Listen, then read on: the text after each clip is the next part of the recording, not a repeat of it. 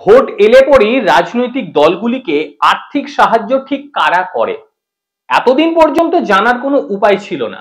তার কারণ কোনো ব্যবসায়ীর যদি ইচ্ছে হয় এই রাজনৈতিক দলকে আমি আর্থিক সাহায্য করব, সে কি করবে? সে শটান টাকা নিয়ে চলে যেত এসবিআই, সেখান থেকে ইলেকট্রাল বন্ড নিয়ে নিত এবং সেই বন্ড পাঠিয়ে দিত তার পছন্দের পার্টির কাছে। সেই পার্টি আবার এসবিআই গিয়ে টাকা তুলে নিত। এই যে পুরো প্রক্রিয়া, এই পুরো প্রক্রিয়াটি আপনার বা আমার মতন সাধারণ মানুষের পক্ষে জানার কোনো অবকাশ ছিল না। সুপ্রিম কোর্টের বক্তব্য আর্টিকেল 19 যেটি রাইট টু ইনফরমেশন অ্যাক্ট তার পুরোপুরি পরিপন্থী হচ্ছে এই ব্যবস্থা। 6ই মার্চের ভেতরে এসবিআই কে 6 বছরের যাবতীয় ইলেকট্রাল বন্ডের ডিটেলস দিতে হবে নির্বাচন কমিশনকে।